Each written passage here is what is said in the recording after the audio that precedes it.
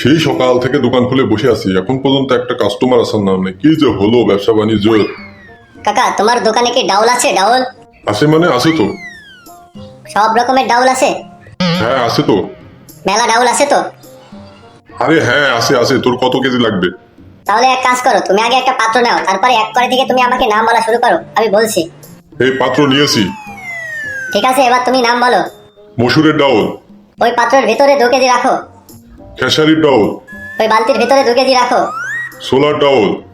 ওই বালতির ভিতরে 2 কেজি রাখো। মটরের ডাউল। ওই বালতির ভিতরে 2 কেজি রাখো। মুগের ডাল। ঠিক আছে, ওই বালতির ভিতরে 2 কেজি রাখো। সব রকমের ডাউল দেওয়া হয়ে গেছে। ভালো করে দেখো আর কোনো কিছু বাদ পড়লো কিনা। আরে না না, সব দিয়েছি। ঠিক আছে, এবার তুমি ওই বালতির ভিতর ওগুলো ঠিকভাবে মিক্স করো।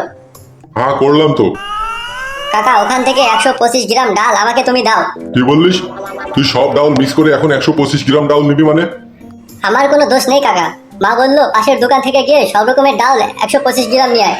আমি যদি তোমাকে প্রথমেই বলতাম 125 গ্রাম ডাল দাও সব রকম মিলাই, তুমি তো আর আমাকে দিতে না। সে কারণেই আমি তোমাকে সব রকমের ডাল একসাথে মিক্স করতে বলেছি। এবার ওখান থেকে 125 গ্রাম ডাল দাও। তুই যাবি আমার সামনে থেকে নাকি? আমার কি দোষ? তুমি রাগ করছো? মাই তো বললো সব রকমের ডাল মিলে 125 গ্রাম নিয়ে আয়। তাড়াতাড়ি পালাই, কাকা খেপেছে।